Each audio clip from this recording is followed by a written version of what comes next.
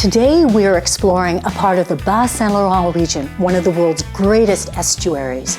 Our journey starts in La Pocatière and ends in the town of Kamouraska. It is often nicknamed the Bas de Fleuve, or Lower River.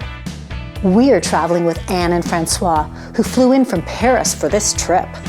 We are meeting up with our friends Marcel Ouellet and his wife Sylvie Pelletier.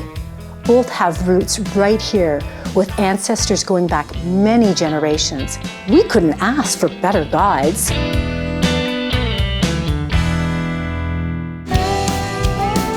We're driving on Route 132. Our first stop is at La Chapelle du Quai, found in the town of Rivière-Well. The pier is a perfect place for a spectacular view of the river and the North Shore. We are here at low tide, a perfect opportunity for some photos.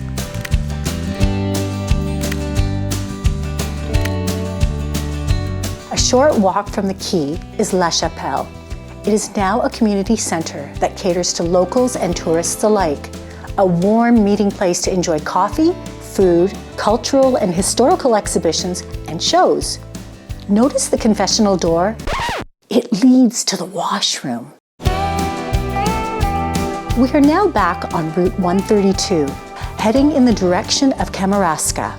After a short drive, we get to another chapelle. La Chapelle de la Grève is in the hamlet of Saint-Denis de la Bouteillerie. Without hesitation, Marcel leads us to a local event taking place. And before you know it, we are welcomed and treated as special guests. It is not difficult at all to mingle with the locals. Everyone is very warm and welcoming. The location is ideal, right on the shore of the St. Lawrence River. Marcel knows everyone. On this day, there is also a photo exhibit. To our great surprise, we were made honorary citizens of Saint-Denis de la Bouteillerie and given a certificate. Wow, we feel very special and privileged. Continuing on Route 132, we arrive at an historic monument in Saint-Denis de la Bouteillerie. La Maison Chappé was once the home of Jean-Charles Chappé, one of the fathers of Confederation. As we travel towards Kamouraska, we exit Route 132 for a drive along the shore. We arrive at Le Quai de Kamouraska, built in the first half of the 19th century.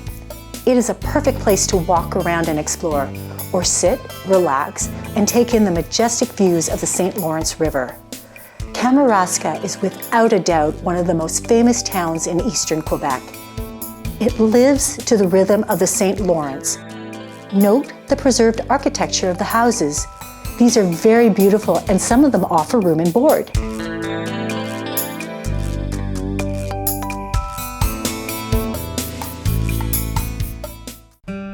We make a stop in this beautiful home. Marcel's aunt lives here.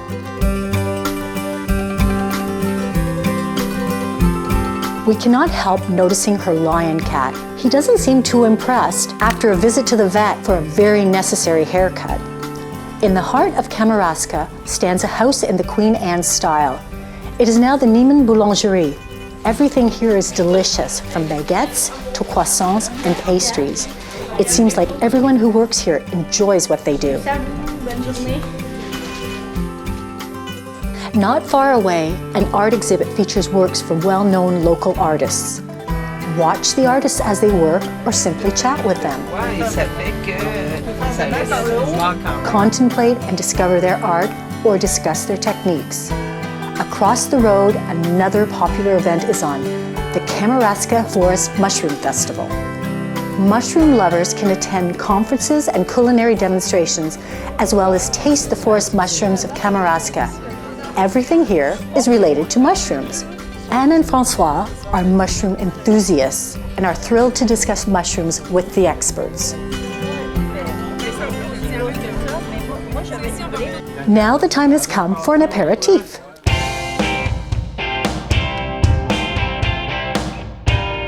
We are heading to Tête d'Allumette, a microbrewery, pub, and restaurant in Saint-André. Tête d'Allumette is the perfect place to sample some of the finest local beer. The beer menu offers several sampling trays. Well, it is time to sample. And the view is breathtaking. But you may want to bring along some mosquito repellent just in case. Oh, there's one staring me down right now. Ugh. Our designated driver is ready to move on. He's taking us somewhere else.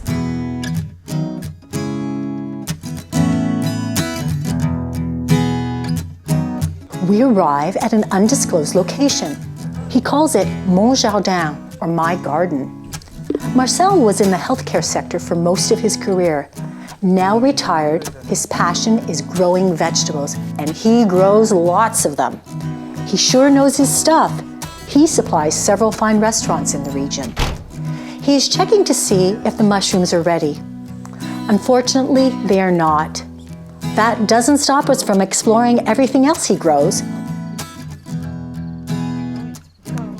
Wow, it's quite a setup. Difficult to resist sampling some of the apples. Oh yes, let's get some strawberries too. We have what we need for tonight. Now, back to the shed. Check out his vegetable washing machine. On the next day, Marcel and Sylvie take us to what used to be ski slopes, La Côte des Chats, à Saint-Pacôme. It's definitely a good spot for a panoramic view of the region. We head back to Le Jardin de Marcel. The blueberries are ready to be picked, and there sure are lots of them. So we better get moving. We're not leaving until everything is picked. But our journey must end here. We're sad to leave behind our friends and everyone that we met on our trip. Wonder where our next journey will take us. Another step into the darkness. A step towards the unknown. An insignificant drop in the ocean.